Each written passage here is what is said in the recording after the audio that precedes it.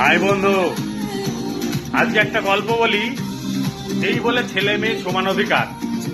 ছেলে মেয়ে যদি সমান অধিকার থাকতো, গল্পটা শুনলে খারাপ লাগবে, অনেকের ভালো লাগবে।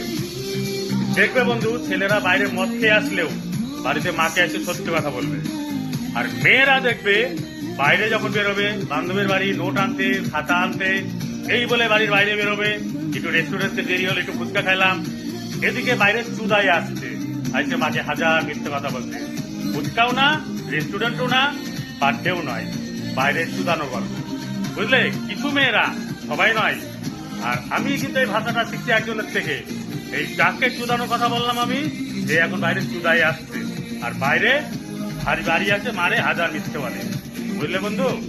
আর ছেলে মেয়ে সমান অধিকার আছে, কিছু, সবার নয়। বন্ধু, ভিডিওটি ভালো লাগলে শেয়ার করো, লাইক করো। বাই।